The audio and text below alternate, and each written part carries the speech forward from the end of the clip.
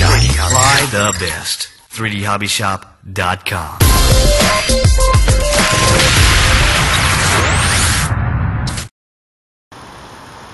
Hey guys, welcome to another 3D clinic session here with Josh Bone Doc Young and my lovely wife In behind the camera. We're here in another beautiful San Diego afternoon, just enjoying our time with the new slick. This is the new scheme, the same my beloved AJ slick here. Let's take it for a spin. A little pre-flight routine, up, down, left, right, and turn on the timer and off we go. This is my first flight on the slick, by the way, but just as all slick, they all fly very comfortably. And so right now let's talk about Harrier landing. I think Harrier landing is definitely one of the most important skills you can have as a 3D pilot. If you can Harrier land, then you can land anywhere, you can fly anywhere, and you can land in any kind of condition, however windy it is or however much crosswind you got. Prerequisite to Harrier landing, of course, is that you've got command of your Harrier function, okay? So at least you know how to Harrier, you know how to turn it around, you know how to make small adjustments. Let's see, we're making a right turn right here.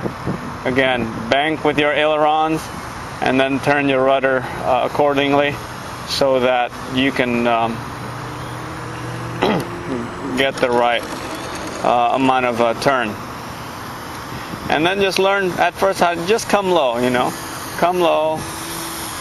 There are a couple of different ways of doing Harrier landing. That's a Harrier landing already. Unintentional, but nevertheless a successful one. There are people who just touch the tail and then plop it. And with the slick and most other 3D hobby shop planes, you'd be able to get away with that, okay? Because they're built strong and they're going to survive your landing well. But if, let's say, you're on a higher, that's what I'm talking about. Just touch the tail and plop it. And if you've got any 55 size or smaller, and even I've done it with my big AJ slick, they'll still take it. But if you've got weaker airplanes, they may not be able to hold it. The landing gear might rip out, okay? So the classier way to do Harrier landing is to almost transition back into forward flight from stalled flight. So right now we're stalled, we're getting close. I'm transitioning into forward flight and land. Okay, you can try practicing this away from the danger of the ground. Just go ahead. I'm going to bring the slick around. Okay, and as you can see, I'm stalled right now. Feed up more throttle and less elevator. There you go. See how transition to forward flight from stalled flight seamlessly. If you can do that, okay, if you can transition from a forward flight, from a stalled flight into a regular forward flight, then you can do a smooth Harrier landing. As you can see, high alpha, more throttle, less elevator. There you go. If I were right next to the ground, then that would have been a very smooth Harrier landing. So let's put that at work, all right? All right, I'm doing the Harrier transition. Not that smoothly, but something to that effect. Let's try that again.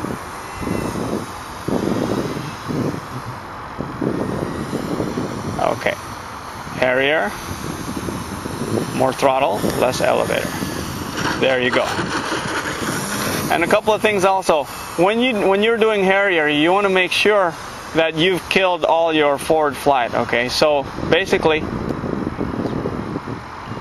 if you're doing your Harrier from all the way up there, you need to feed up the throttle first, because if not, your momentum is too high.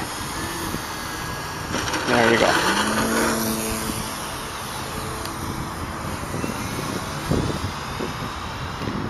Also, if you can Harrier land, then you can do all sorts of cool stuff. My favorite is doing this.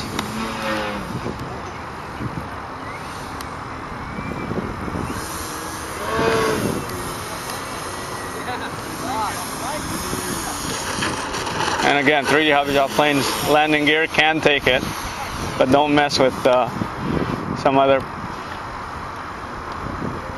manufacturers' airplanes may not be able to take the abuse. So again, appropriate hair landing. More throttle, less elevator, and then transition. All right, that's the end of it. So that's how you Harrier land. All right, thanks, Tom.